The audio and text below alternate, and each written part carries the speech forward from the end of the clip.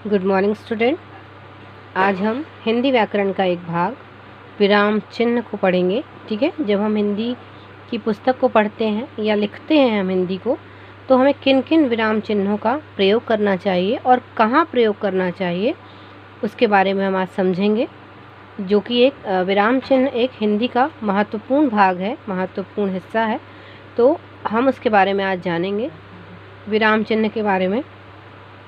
ठीक है, तो आइए देखते हैं विराम चिन्ह के बारे में। सबसे पहले मैं ये बता दूं आपको कि विराम चिन्ह कौन कौन से होते हैं और उन्हें कैसे पहचानते हैं, उनका क्या चिन्ह होता है जिससे हम उन्हें पहचानते हैं कि ये विराम चिन्ह है। और फिर हम इसके बारे में, इसकी परिभाषा को और इसके उदाहरण को समझेंगे। ठीक है, तो सबसे पहले आप देख रहे हैं सामने अल्प विराम लिखा हुआ है। अल्प विराम, तो अल्प विराम मतलब इंग्लिश में हम इसको बोल सकते हैं कॉमा। आपने देखा होगा कॉमा, तो हम इसको इंग्लिश में नहीं बोलेंगे, हम इसको हिंदी में ही बोलेंगे अल्प विराम। ठीक है, दूसरा क्या है आपका लिखा है यहाँ पर पूर्ण विराम। पूर्ण विराम ये खड़ी डंडी हम लगाते हैं, आपको पता है। प्रश्नवाचक चिन्ह, जहाँ पे भी हम प्रश्न पूछते हैं, जहाँ पे क्या, क्यों, कैसे, कब ये सब शब्द आते हैं, वहाँ पे क्या लगाते हैं हम? प्रश्नवाचक चिन्ह। इसके बाद विस्मयादि बोधक, जब हम विस्मयादि मतलब आश्चर्यचकित हो जाते हैं तब हम क्या लगाते हैं? विस्मयादि बोधक चिन्ह। अवतरण चिन्ह, इसको हम बोलते हैं इन्वर्टेड कॉमा, आपने सुना होगा। इसको हम अवतरण चिन्ह भी बोल सकते हैं, उद्धरण चिन्ह भी बोल सकते हैं। ये दोनों इन्हीं के नाम हैं। चाहे इसको हम अवतरण चिन्ह भी बोलें और चाहे तो हम इसको उद्धरण चिन्ह भी बोल सकते हैं। ठीक है, सिंगल इन्वर्टेड कॉमा और डबल इन्वर्टेड कॉमा, ये दो प्रकार के हो सकते हैं उद्धरण चिन्ह, एक सिंगल और एक डबल। एक है ना, दो बिंदियाँ एक में होती है, एक में एक एक बिंदी होती है। खालिस्तान, खालिस्तान आपको पता ही है। योजक चिन्ह, योजक चिन्ह में एक योजक चिन्ह होता है, दो शब्दों के मध्य लगाया जाता है। इसकी पहचान क्या है कि दो शब्दों के मध्य या बीच में लगाया जाता है। कोष्टक चिन्ह, ब्रैकेट्स जिसको हम बोलते हैं। ठीक है, तो कोष्टक हो गए। संक्षेप चिन्ह, संक्षेप चिन्ह का मतलब होता है किसी शब्द को छोटा करके लिखना, जैसे डॉक्टर, पंडित, आपने सुना ना, तो संक्षेप में भी लिख सकते हैं हम इसको। हस्तपद चिन्ह, ये चिन्ह जो होता है, मान लीजिए हम कुछ लिख रहे हैं और लिखते लिखते हमारा कोई एक शब्द रह जाता है, तो हम इस चिन्ह को लगाकर उसके ऊपर उस शब्द को लिख देते हैं। समाप्ति सूचक, जब हम कोई चीज़ लिख रहे हैं, मान लीजिए हम कुछ मैटर लिख रहे हैं, कोई कहानी लिख रहे हैं, कोई किताब लिख रहे हैं और वो कंप्लीट हो जाती है या वो समाप्त हो जाती है, तब हमें उसके अंत में इस तरह के चिन्ह को लगाना पड़ता है, ताकि ये बोधक हो कि वो जो हमने लिखा है, जो लेख हमने लिखा है, वो पूर्ण हो गया है। निर्देशक चिन्ह, निर्देशक का आप समझ सकते हैं कि हम इंडिकेट करें, मतलब निर्देशित करें, तो इस तरह का चिन्ह आपको निर्देशित करता है। आप मेनली आपने सड़क पे भी बने हुए देखें कि आप दाएं जाएं, बाएं जाएं, मुड़ने के लिए, तो इस तरह से निर्देशक चिन्ह कहलाते हैं। अर्धविराम, अर्धविराम क्या होता है? अल्प विराम से भी छोटा होता है अर्धविराम। इसका प्रयोग बहुत कम, कभी कभी ही किया जाता है, लेकिन करते हैं। ठीक है, तो ये आपके हो गए विराम चिन्ह। फिर से एक बार देख लीजिए, अल्प विराम, पूर्ण विराम, प्रश्नवाचक चिन्ह, विस्मयादि बोधक चिन्ह, अवतरण चिन्ह, खालिस्तान, योजक चिन्ह, कोष्टक, संक्षेप चिन्ह, हस्तपद चिन्ह, समाप्ति सूचक, निर्देशक चिन्ह और अर्धविराम। तो ये आपके क्या हो गए? विराम चिन्ह। अब हम इनके बारे में आगे पढ़ते हैं और इनकी परिभाषा को देखते हैं और इनके उदाहरण को कि ये कहाँ और किस तरह से प्रयोग में आते हैं।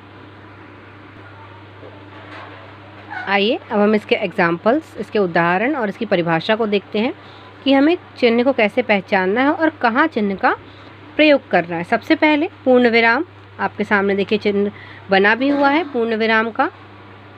वाक्य के अंत में इस चिन्ह का प्रयोग, जब कोई वाक्य पूर्ण हो जाता है, जब कोई वाक्य पूरा हो जाता है, तब हम पूर्ण विराम चिन्ह का प्रयोग करते हैं। उदाहरण के लिए, राम शाला जाता है, सीता गीत गाती है। अब आप चाहे जाता है, थी आ जाए, मतलब कोई भी एक वाक्य जो है आपका जब पूर्ण हो जाएगा, तो उसके बाद आप क्या लगा देंगे? पूर्ण विराम चिन्ह का प्रयोग करेंगे। राम शाला जाता है, सीता गीत गाती है, मोहन खाना पकाता है, ठीक है, रमा झूला झूलती है, हम पढ़ते हैं। तो जैसे ही है पे आके जो वाक्य है वो पूरा हो जाता है, तो हम क्या लगा देते हैं?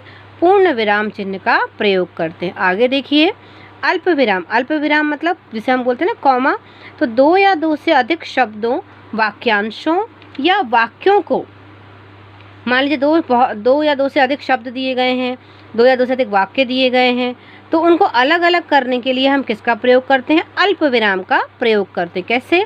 यहाँ बहुत अच्छा उदाहरण दिया है, आप इसको समझिए। यहाँ 3 शब्द लिखे हैं मैंने, रुको मत जाओ। क्या लिखा है यहाँ पर? रुको मत जाओ। अब देखिए मैं कॉमा लगाऊंगी यहाँ पर, रुको कॉमा लगाया हमने यहाँ पर, क्या लिखा? मत जाओ। रुको मत जाओ मतलब कोई व्यक्ति रोक रहा है कि रुको, रुक जाओ, मत जाओ। अब देखिए यही कॉमा उठा के हमने मत के बाजू से लगा दिया, तो रुको मत जाओ मतलब तुम क्या क्या बोल रहा है वो? नहीं, रुको मत जाओ। तो ये क्या हो जाएगा? इसका उदाहरण है कि आप चिन्हों का प्रयोग कब कैसे करेंगे ताकि जो अर्थ है वो परिवर्तित ना हो। राम, लक्ष्मण, भरत, शत्रुघ्न 4 भाई। अब यहाँ पे 4 भाइयों के नाम दिए गए हैं, तो हमने अब हम मान लीजिए कॉमा नहीं लगाते, अल्प विराम नहीं लगाते, तो राम, लक्ष्मण, भरत, शत्रुघ्न हो सकता है व्यक्ति जो सामने वाला पढ़ रहा है उसको ये समझ लेता कि ये एक ही व्यक्ति का नाम है ना। तो हमने क्या किया? यहाँ पर कॉमा लगाया, राम, लक्ष्मण, भरत और शत्रुघ्न। तो ये कॉमा लगाने से ये पता चल गया कि ये 4 व्यक्तियों के नाम है। अगला देखिए, वह कल आया था लेकिन आज चला गया। मतलब यहाँ 2 वाक्य दिए गए हैं, कल आया था लेकिन आज चला गया। तो ये क्या लग गया? यहाँ पर कॉमे का चिन्ह लग गया, यानी अल्प विराम लग गया, यानी हमें वहाँ पर थोड़ा सा विराम करना है।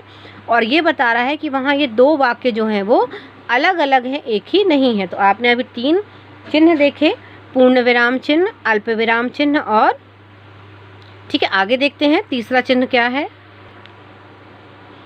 जो आपका अगला चिन्ह है वो है प्रश्नवाचक चिन्ह। जब हम प्रश्न वाले वाक्य लिखते हैं तो हम कौन चिन्ह का प्रयोग करते हैं? प्रश्नवाचक चिन्ह का। अब यहाँ पर हम कैसे पहचानेंगे कौन सा वाक्य प्रश्नवाचक चिन्ह है, प्रश्नवाचक है कि नहीं? तो सिंपल सा है, बहुत साधारण सा है कि जहाँ हम देखेंगे कहाँ, कब, क्यों, कैसे, कौन, ये सब शब्द आएंगे जिनको प्रश्न शब्द कहा जाता है। जहाँ ये सब सभी शब्द आएंगे हम क्या बोल देंगे वहाँ पे कि ये प्रश्नवाचक वाक्य है। अब जैसे तुम्हारा नाम क्या है, तो ये क्या है? एक प्रश्नवाचक चिन्ह का प्रयोग किया गया, प्रश्नवाचक वाक्य है। आप कहाँ जा रहे हैं, तो ये क्या हो जाएगा? प्रश्नवाचक वाक्य हो जाए। और चिन्ह जरूर लगाना है आपको, चिन्ह लगाना नहीं भूलना है। एग्ज़ाम में भी ऐसे ही आता है, परीक्षा में ऐसे ही आता है कि आपको मान लीजिए दे दीजिएगा तुम्हारा नाम क्या है, इस पर कौन सा चिन्ह लगाया जाएगा, तब फिर आपको पढ़ना है और आपको बताना है कि यहाँ पे प्रश्न चिन्ह लगेगा, पूर्ण विराम लगेगा, जिस तरह से। ठीक है। अगला जो प्रश्न है वो क्या है? अर्धविराम। अर्धविराम मतलब आपको ये पूर्ण विराम की तुलना में थोड़ा कम रुकना पड़ता है। अर्धविराम में पूर्ण विराम की तुलना थोड़ा कम रुकना पड़ता है और ये 2 वाक्यों को जोड़ता है।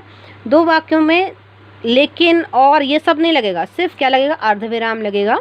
पूर्ण विराम। देश में उदाहरण देख लेते हैं इसका हम। देश में अशांति फैली हुई है, सभी को अपनी अपनी पड़ी है। देश में अशांति फैली हुई है, सभी को अपनी अपनी पड़ी है। तो यहाँ पे क्या लगा दिया हमने? देश में अशांति फैली हुई है, अल्प विराम लगाया, अर्धविराम हमने यहाँ पे लगाया और सभी को अपनी अपनी पड़ी है, वाक्य को कंप्लीट कर दिया। अगला देखिए, विस्मय आदि बोधक। जैसे हमने आपको इसमें बताया था कि विस्मय आदि बोधक मतलब आश्चर्यचकित होना। ठीक है। जब आप अचंभित हो जाते हैं, आश्चर्यचकित हो जाते हैं, तब हम इस चिन्ह का प्रयोग करते हैं। चाहे वो हर्ष, खुशी हो, घृणा हो, शोक मतलब दुख हो और हंसी हो, आपको कहीं पर भी इन चिन्हों का प्रयोग, कहीं भी वाक्य में, किसी भी वाक्य में इस चिन्ह का प्रयोग किया जा सकता है। देखिए जैसे यहाँ पर लिखा है हाय मैं लुट गया, मतलब कोई व्यक्ति जिसका कोई सामान लुट गया है तो वो रो रहा है, तो यहाँ पे क्या लिखा उसने? हाय, विस्मय आदि बोधक चिन्ह लगाया हमने, मैं लुट गया। आह, आह कितना सुंदर, हम इंग्लिश में बोलते हैं ना वाव, ऐसा करके, तो इसमें हिंदी में हम क्या बोलते हैं? वाह, आह करके बात करते हैं। तो आह कितना सुंदर फूल है। फिर अगला देखिए, वाह क्या बात है। हम हमेशा ये शब्द तो हम लाइन हमेशा इस्तेमाल करते हैं, ये वाला वाक्य, वाह क्या बात है। तो जहाँ पे भी इस तरह के शब्द आएंगे वहाँ पे आपको क्या लगाना है? विस्मय आदि बोधक चिन्ह। ठीक है। तो ये हो गया आपका प्रश्नवाचक चिन्ह, अर्धविराम और विस्मय आदि बोधक चिन्ह। आगे देखते हैं, अगला जो चिन्ह है वो है योजक चिन्ह। योजक चिन्ह जो 2 शब्दों के बीच में लगाया जाता है। ठीक है। योजक चिन्ह कहाँ लगाया जाता है? 2 शब्दों के बीच में लगाया जाता है। यह चिन्ह 2 शब्दों के बीच में लगता है और इसका अर्थ और भी हो सकता है। मतलब जहाँ पे भी हम 2 शब्दों के बीच में इसको लगाएंगे उसे हटाकर हम क्या लगा सकते हैं? और, मतलब पढ़ने के समय कि भाई और बहन, तो हमने लिख दिया भाई, योजक चिन्ह का प्रयोग करते हुए बहन लिख दिया। उदाहरण देखिए यहाँ पर, भाई डैश बहन, माता डैश पिता, कभी कभी, तो कभी डैश कभी। तो हम इसको पढ़ते कैसे हैं? भाई बहन, माता पिता, कभी कभी, इस तरह से हम इसको पढ़ना है। अगला देखिए, निर्देशक चिन्ह। निर्देशक चिन्ह मतलब आपको निर्देशित करता है और मुख्यतः यह उदाहरण में लगाया जाता है। कहाँ लगाया जाता है? उदाहरणों में लगाया जाता है। इस चिन्ह का प्रयोग निर्देशित करने और अपनी बात को उदाहरण देकर समझाने में किया जाता है। भारत में बहुत से दार्शनिक स्थल हैं, जैसे दिल्ली, आगरा, अजंता आदि। आप ठीक है, मतलब उदाहरण दिया यहाँ पर कि जैसे, हमने यहाँ पे जैसे लिखा और ये चिन्ह लगा दिया निर्देशित वाला, और दिल्ली, आगरा, अजंता हमने उदाहरण देकर बताया कि भारत में कौन कौन से जो स्थल है वो देखने लायक हैं, तो उनके नाम बताकर हमने, जैसे कोई बात जब हम करते हैं तो हम उदाहरण देते हैं कि नहीं ऐसा, या जैसे वो था, इस तरह से हम उदाहरण देते हैं। तो उदाहरण देते हैं तो हम क्या करते हैं? निर्देशित चिन्ह का प्रयोग करते हैं। अगला देखिए, और देखिए यहाँ पे दिखा है, आपने सड़क पर भी इस तरह के चिन्ह देखे होंगे कि आप दाएं जाएं, बाएं जाएं, सीधा जाएं। तो इस तरह से ये चिन्ह क्या होते हैं, हम इनका प्रयोग कर सकते हैं। तो आपने देखा योजक चिन्ह और निर्देशक चिन्ह।